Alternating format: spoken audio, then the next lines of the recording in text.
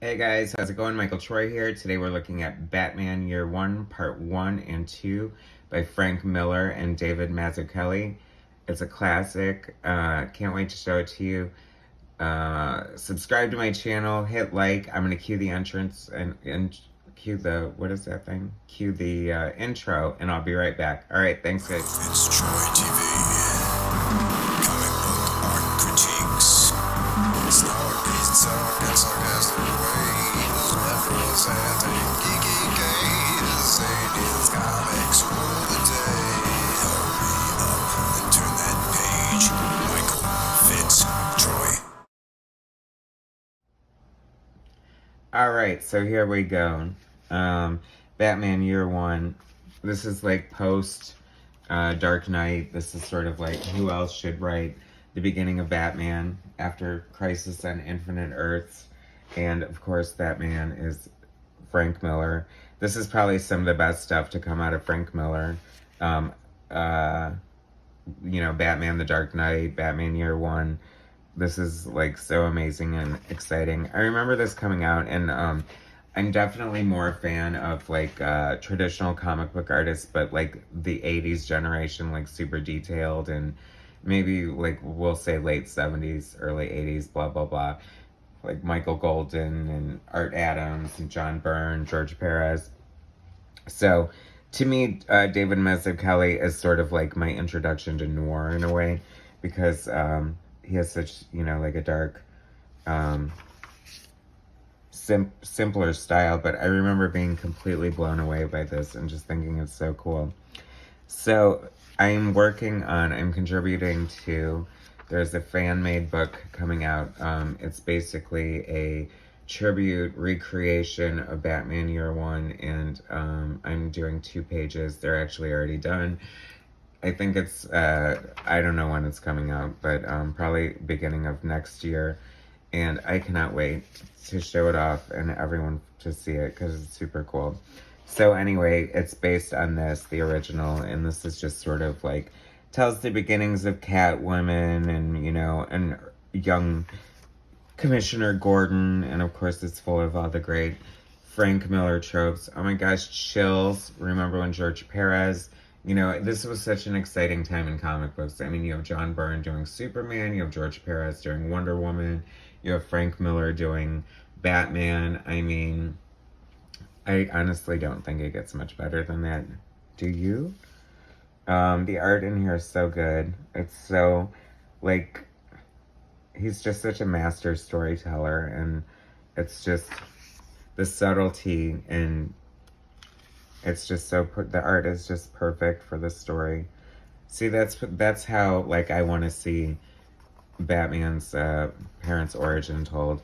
I always say, I'm so sick of seeing the Batman origin, just because I feel like there's been so many different movie versions, and they feel the need to, like in the Justice League, did we just really need that long drawn-out thing? I mean, I guess if I were a director and it was my first crack at, like, getting a chance to do Batman, I would have to throw in the origin.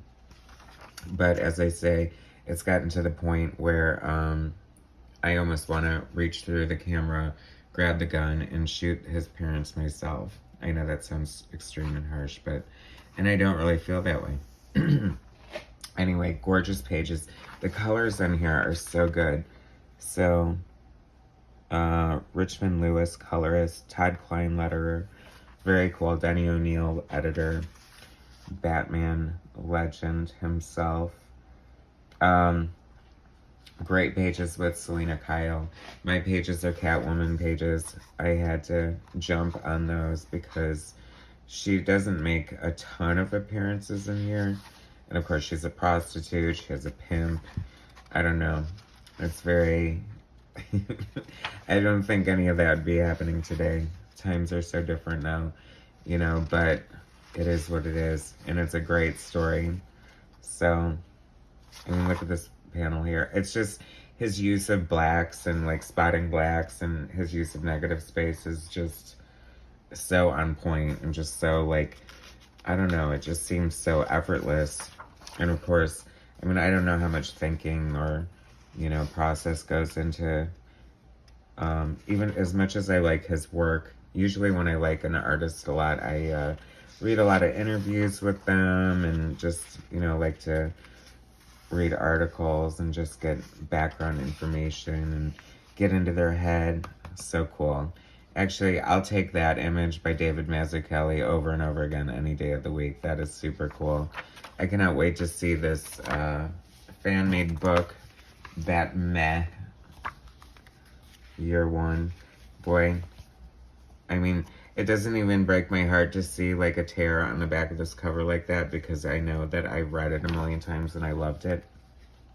It makes me a little sad because it ruins the, the value, but I'm never going to sell it. What a great striking color. Violet and yellow being complementary colors on the color wheel. This stands out as just so amazing and gorgeous. That's what, I mean, they really thought about the aesthetic of this book. The covers are amazing. They all tie together so great. And then the splash pages just seem so innovative with their titles and sort of like that striking contrast and the silhouette of Batman. Just some really beautiful, beautiful work. That's what I love about comic book art. And I know just like we even working on these pages for this fan-made thing coming out, I don't know, you just want to, you're just like, you've got this page in front of you and you've got like these images in your head, but you just like want to do better than you could possibly imagine. It never works out that way, but sometimes the results are cool.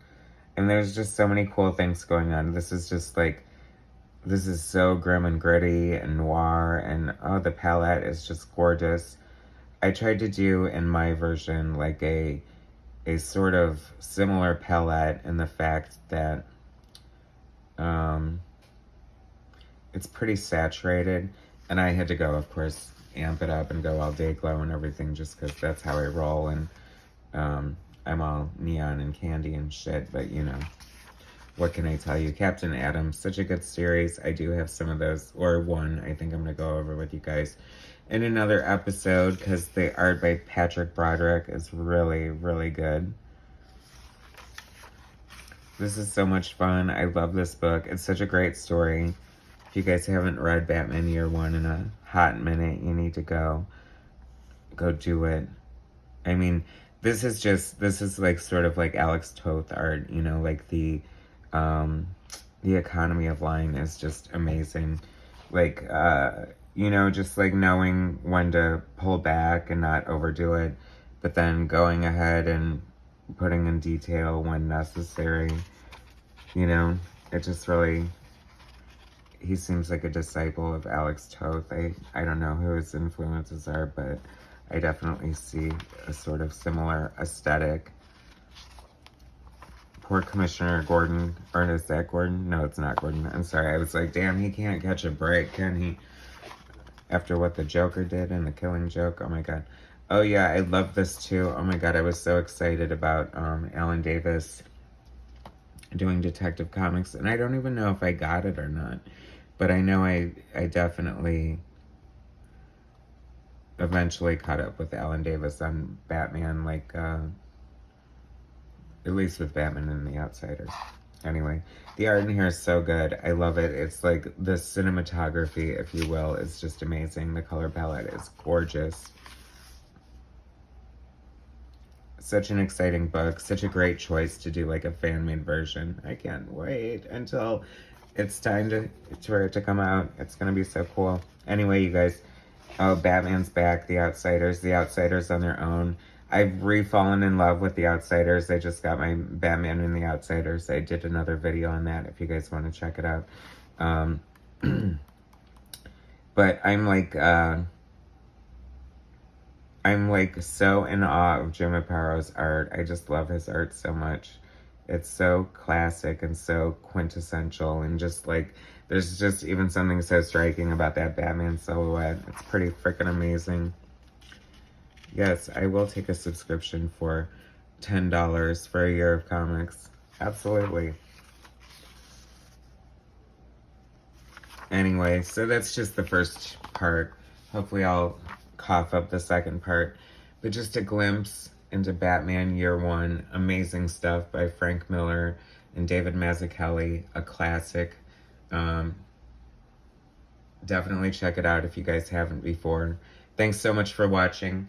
I appreciate it. Subscribe to my channel, hit like, share my content, and I'll bring you some more later. Alright, thanks guys.